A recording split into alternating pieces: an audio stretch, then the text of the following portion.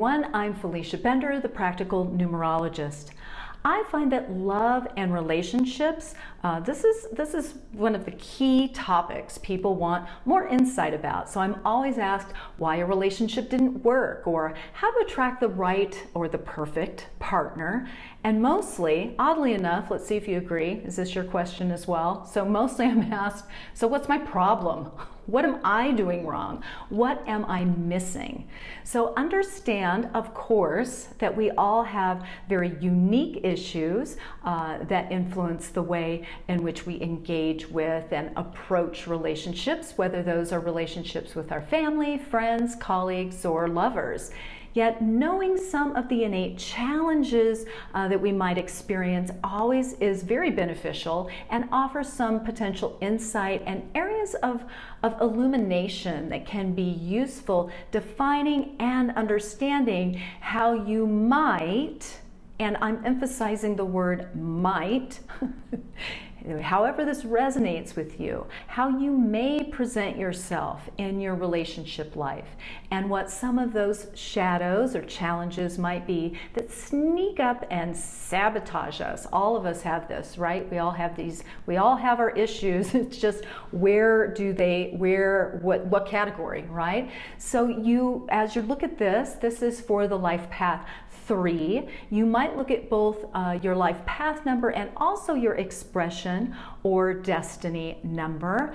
This can be compared in some ways to the rising sign in astrology. So if you're also watching astrology videos here on YouTube, you'll often be asked to watch for your sun, your moon, and your rising. So it's very similar with your full numerology profile. If you know both the life path and the destiny or expression, I do suggest watching the videos for both. It gives you a more complete picture. And also, not to complicate matters, but ultimately, when I'm looking at relationship compatibility with clients, I also focus on the soul urge number. This is also called the heart's desire. This points to what you want and need to feel satisfied on a soul level. So this number is all about what you need and want on the soul level, and it also reveals to you what you truly value, what you want and need in love and relationship. At least I find this to be the case. So if you do know this, check that out as well. It might resonate with you on a love level. So if you don't know these numbers, please don't panic. No worries, because knowing the life path is key. And yet, if you are numerology curious and you'd love to know more, like what are you even talking about? What are these numbers, right? Go ahead, visit FeliciaBender.com. You can explore more about the other key numbers in your numerology chart. And also here, I'm gonna, really look you in the eye here. Since we are examining how you might push love away, this is the title, right? This is the subject. Please don't take these observations personally.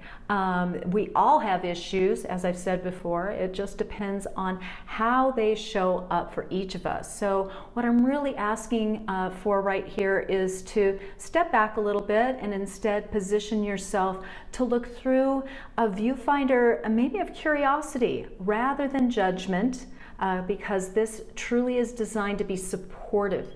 It is meant to be informative, not critical or judgmental, okay? If you find yourself going down that route, turn it off. I'm serious, because this is hoping, what we're hoping for here is to open a few doors of inquiry, like, oh yeah, maybe that's the underlying reason, right? So with that said, here are a few reasons or a few examples of why you may push love away if you are a 3 life path. So the 3 life path, you are a master or mistress of all things expressive.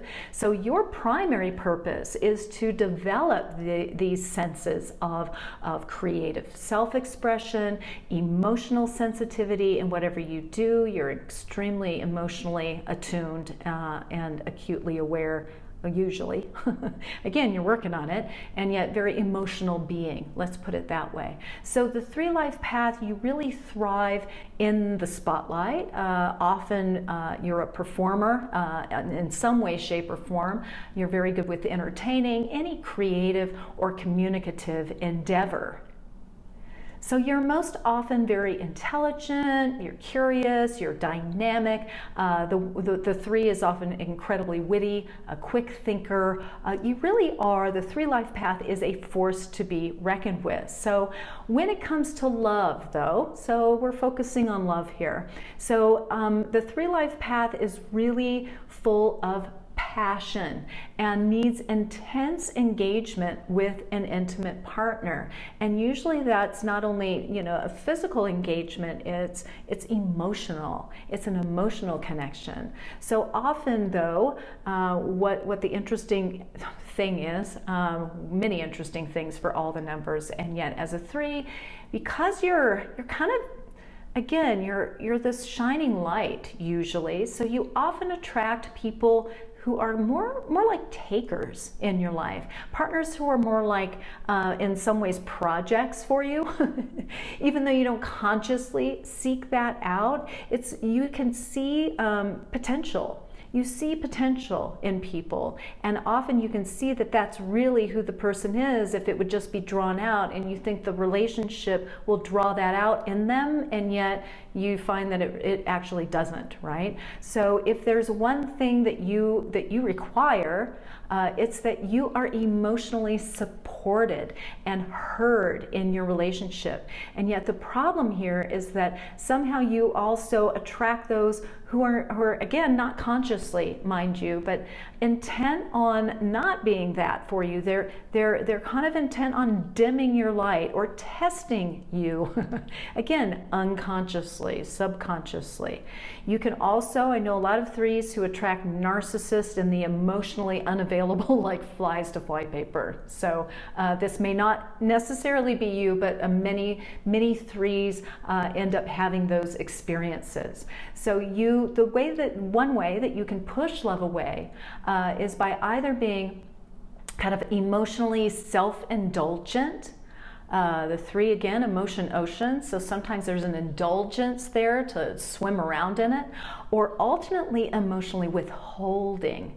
That's often the place, a little more blocked with the emotions. So you might expect others, read your partner.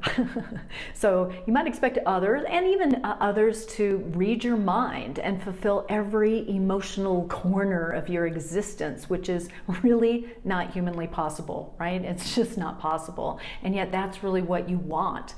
Ultimately, your success in love resides in becoming one with yourself and your emotional life to such a degree that you open yourself to a partner who can be your wing person across the board without you needing that person to be your absolute emotional caretaker, if that makes sense. So when you're not so needy on the emotional level, or when you're not presenting yourself as not needing any emotional support, and yet you do. Those are two sides of that teeter-totter, 2 sides of that balance point. So the 3 can be so devoted, also another little aspect that could hold you back here or push love away. You can be devoted to your creative projects so much that love and partnership just isn't quite a priority, even if you're not really consciously aware of that. It may be a reason why you keep relationships at bay or at a distance. And on the other end of the 3 spectrum, if you're a 3 life path who is chronically depressed, or if you are that sarcastic, cynical, pessimistic 3, this will push love away all by itself, because there are very few people in the world who would really sign up to be subjected to that kind of relationship if that's what the relationship is most of the time. We all have emotions. We all have moments of dipping and, dipping into depression or something like that. But when you stay there most of the time and expect other people to kind of circle around you, that's not going to work. So an overall reason why you might push love away is emotional volatility mixed with some deep emotional wounding. And yet your gold star as a 3 is not to dwell in those undisciplined emotions. Again, don't dwell there. Get some support to work through emotional trauma, because everyone has it, and particularly important for the 3 to consciously work on that. And also make sure to make room for creative outlets. That is going to improve yourself and your relationships exponentially.